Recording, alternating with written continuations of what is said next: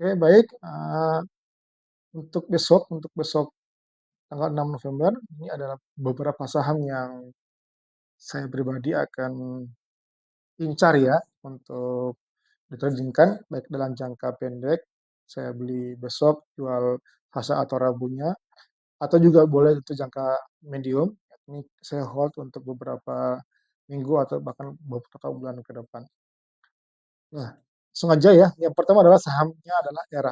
Ini adalah saham pertama pilihan saya, ERA. Kenapa? Ya, secara teknikal, ini murni secara teknikal ya. Jadi era ini, setelah memperlihatkan tren turun dari Agustus ya, dari Agustus sampai awal November ini di 2 hari terakhir itu dia mau ada indikasi untuk melakukan pullback ya, ada melakukan pullback. Jadi ada 2 candle, dia ditutup positif di 2 hari terakhir di Jumat dan hari Kamis. Kemudian juga kalau kita lihat lagi lebih panjang lagi ya, lebih panjang, itu harga hari ini atau harga penutupan di kemarin itu merupakan harga sudah menembus level support jangka mediumnya ya, di angka 378 gitu. Nah, tentunya karena dia sudah menembus support jangka pendek, jangka mediumnya itu, maka secara resikonya adalah dia akan menuju ke level support berikutnya yakni di level 279. Tentunya makanya kalau bagi Anda yang ingin masuk di era ini, itu tidak bisa atau jangan masuk secara sekaligus, tapi secara bertahap.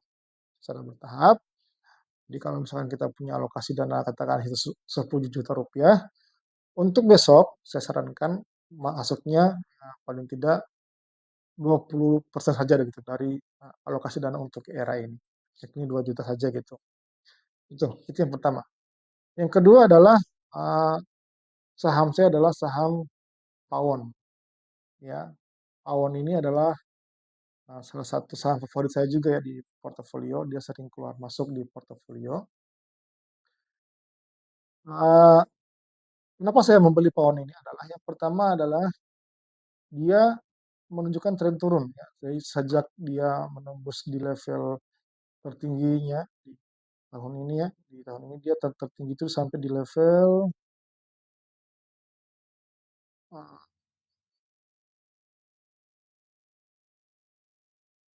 di tahun 2023 dia sampai tertinggi di harga 525 ya, 525 tertinggi.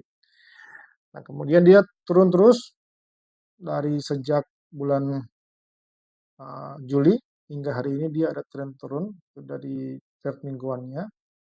Tetapi kalau kita lihat secara fundamental ini sebenarnya nggak ada masalah yang berarti, ya nggak ada masalah yang berarti di mana kalau kita lihat secara fundamental ini pawon ini sudah keluar belum ya yang 2023 kuartal tiganya, sudah keluar.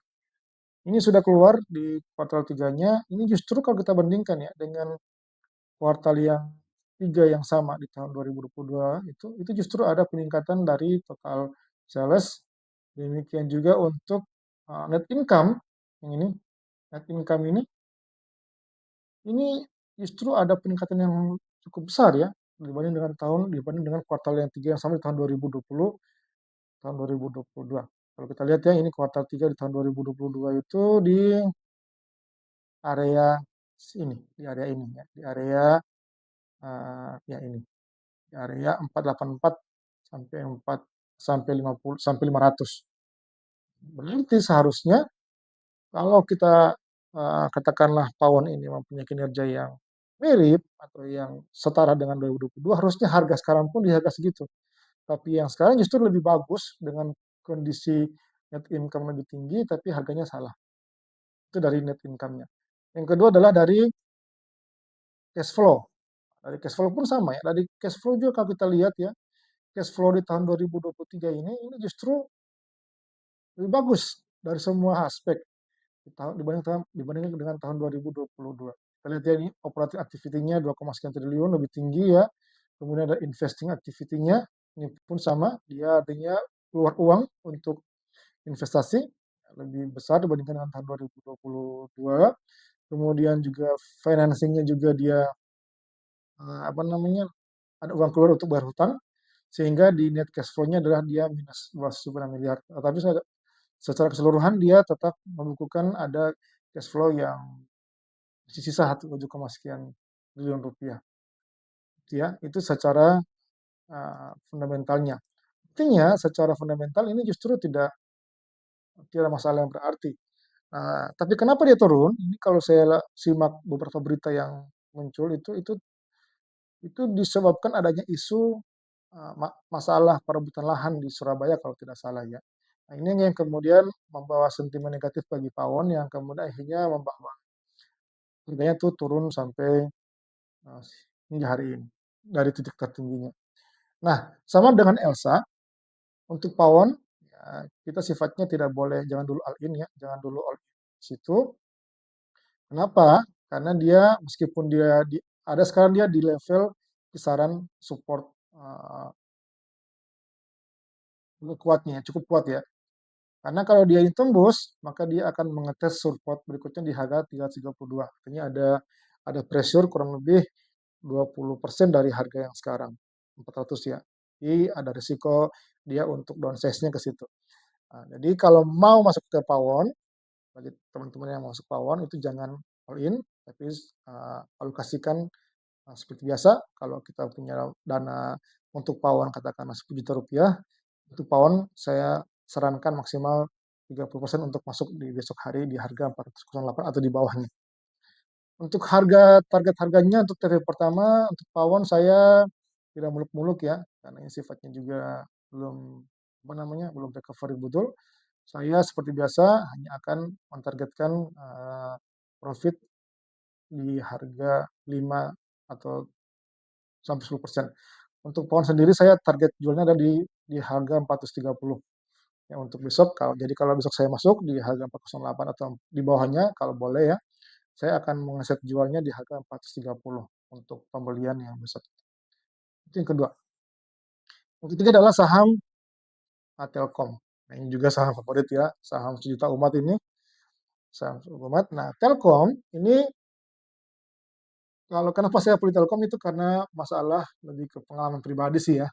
Telkom ini juga sama kayak Pawon atau Excel tadi, itu dia merupakan saham yang langganan di portofolio, keluar masuk di portofolio, sehingga saya cukup yakin dengan harga saham sekarang ini itu adalah hal-hal yang cukup jarang ya kita bisa peroleh Telkom di harga 3.070 hari ini. Jadi kalau mau masuk bisa di sini ya. Atau ini karena dia ada gap ya, dia ada gap di sini, dia ada gap. Ya, pokoknya dia akan menutup gap dulu. Jadi mungkin dia akan turun ke level 3.490. Ini mungkin bisa menunggu di situ. Ya, tapi ingat, saham ini adalah saham blue chip. Ya, tidak segampang eh, saham-saham yang kelas 2 ya, atau line ketiga, line kedua itu yang fluktuatif. Saham Telkom ini dia cukup susah untuk turun 5 sampai 10 tick gitu. Itu jarang sekali ya.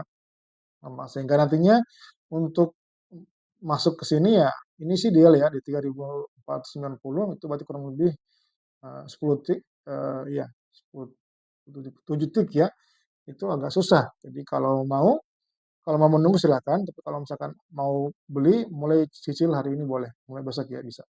370.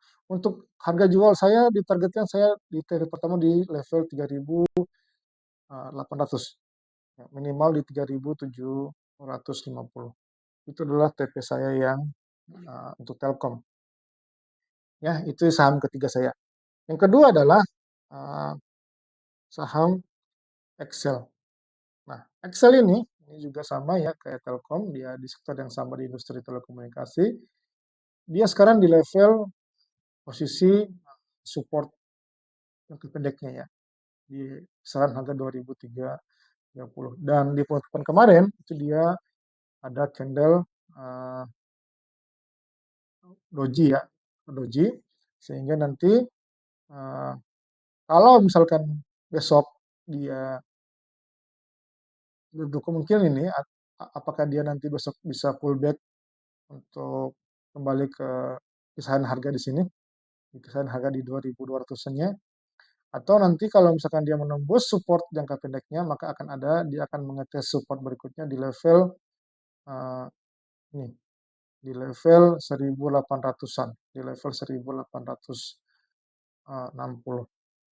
Jadi, saran saya untuk, eee, Excel bagi yang mau masuk Excel, kita bisa masuk di level besok di 2030, 2020 atau kalau bisa di bawahnya, itu kemudian kita bisa set TP. Untuk Excel sendiri saya akan meng-set TP di kisaran harga ini, di resisten pertamanya di harga 2.200 atau kurang lebih ada gap, ada potensi profit di 10%. Ya, demikian, beberapa rekom saham untuk besok hari di tanggal 6 November 2023. Semoga, eee, apa yang kita harapkan bisa, kejadian ya, dan sekali lagi ini bukan ajakan untuk membeli dan menjual, maksud untuk share. Segala risiko nanti yang terjadi atas pembelian saham-saham yang tadi saya sebutkan itu merupakan tanggung jawab pribadi masing-masing. Terima kasih. Assalamualaikum warahmatullahi wabarakatuh.